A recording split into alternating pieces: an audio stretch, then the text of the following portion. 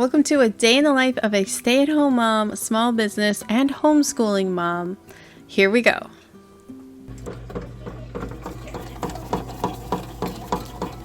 You can see all of the chores that I try and get done before I start working. And I'll just list off a few right now. I usually try and make my husband lunch for work. Then I make the kids breakfast. While they're doing breakfast, I take time for myself and do a 20-minute workout. Then they're done with breakfast and it's time to make bread if that's on the schedule for the day, and do the dishes and get everything cleaned up. Then I like to try and get the kids situated, usually doing homeschool, or we'll do some kid exercises. And once they've gotten their entertainment in and they're doing their own thing, then I can sit down on my computer and start working. So what does a day look like for me? Well, it consists of all of those things plus getting my business done. So when I have the time and I sit down and work on my business, I try and plan things out and get things focused. So some days I am sitting down to make content for all of the things, like here on YouTube, on Instagram, on Threads, which is a new thing to worry about, and even TikTok occasionally. I am not a big uploader on TikTok, but I do try. So if it's not content based, it's either drawing related. So I'm working on getting custom portraits done, Patreon orders made, or just getting some of the other tasks done, like making listings, taking photos, that kind of stuff. And when that's finished and I've got those things done and portraits are ready and approved, then I move on to this phase, which you're watching me do right now, which is the sticker making phase.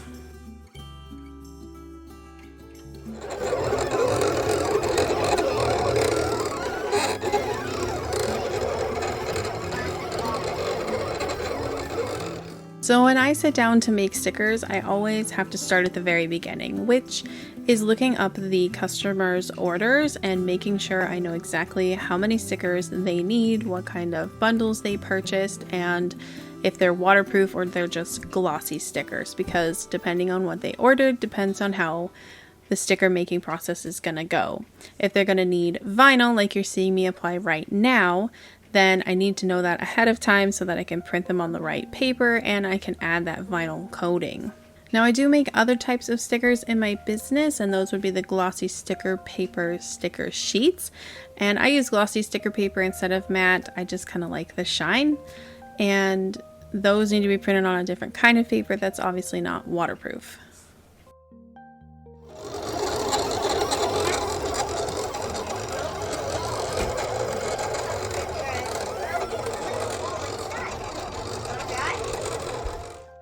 In some of these clips that I've kept the noise in, you can hear my kiddos in the background. We live in a very small space, so they're always right next to me.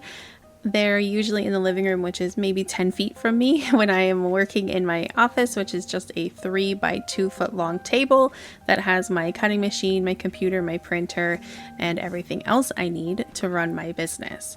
So as you can see, when I am doing all of these clips, you can see that I've pushed my keyboard out of the way. My mouse is right there. I literally just moved my little squishy keyboard pad for my wrists out of the way when I am making stickers. I can definitely say that I have a dream that my little business will eventually take off and I'll be able to help my husband in purchasing a new house, that my little business will be able to help us save money for that and be able to move into something a little bit bigger for the four of us, because right now we live in less than 700 square feet. But we make do. You know, my husband just recently got a really lovely job and he is really enjoying it, and it gives me the freedom to work on our family life and my business while he is working at his new job.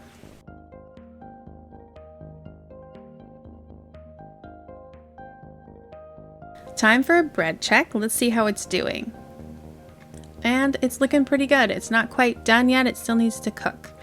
But here you can see those little cut lines that are made by my Silhouette Cameo 4, and that's how I cut out all of my waterproof vinyl stickers and just all of my stickers in general. Here's a close-up of how that Silhouette machine works. It has a little knife and it goes around the cut lines that I outlined earlier in the video. And here I am peeling the excess paper and vinyl away from the stickers that have been cut out. This is probably one of the most satisfying parts of making stickers by hand, is getting to do the peel and get these beautiful little individually cut stickers off of the mat. I'm going to take a moment to talk about the different sticker bundles that I offer in my business for my custom pet portraits. So when you go to place an order for a pet portrait, you can either get it digitally, you can order it and get the digital copy plus 2 waterproof stickers, or you can upgrade into different bundles. So the first bundle I have is the sticker bundle, which includes 4 of these larger stickers, the 4 of the 3-inch stickers, and then it also comes with 6 mini stickers, which you can see me peeling off right here. And then it also includes 1 of those sticker sheets. People can also upgrade into the stationery bundle, which includes the 4 3-inch stickers, the 6 mini stickers, and 2 sticker sheets, plus 10 greeting cards with their pet portrait on them. And those greeting cards do come with envelopes and are professionally printed out of office. So I actually use a professional printing company for those greeting cards. And I will say that if you're thinking about starting your own sticker or stationery business, you can definitely do a lot of printing at home. The new printer I got to replace my old really awesome printer doesn't quite cut it when it comes to making greeting cards, unfortunately. So I have had to look into outsourcing, which isn't necessarily a bad thing. It takes a little bit of the weight off of me when it comes to printing and making products, and gives the customers a slightly more professional quality. So let's take another look at the bread. Here it is, all finished, and it's still in the little case. So I had to tip it out and get it out of there and do a little wiggle jiggle. Here you can see I'm doing a bit of quality checking. Now, quality checking on my stickers is super important because occasionally fuzz, cat hair, all kinds of things can get stuck underneath the vinyl when I go to spread it across my sticker paper. So I like to make sure I quality check each sticker after it's cut out. And it's just best practice. You know, you don't want to send your customers crummy stickers because then they're not going to want to buy from you again. So it's always good to quality check them and make sure they are the best. So you'll see me rub my thumb across the stickers like you do right here.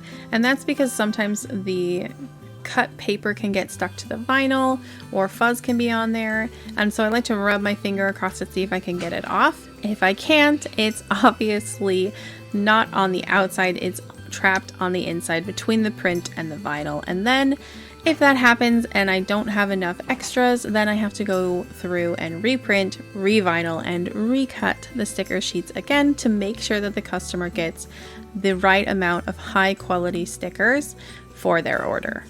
Drawing this portrait of Moose was a lot of fun because the customer really wanted me to work directly from a specific photo, and she really loved the idea of including the splash because he's such a water dog. He absolutely loves to go swimming. So I loved it. I was like, yes, let me do this for you. It's going to be so much fun to add those little splashes, that wave, and that action.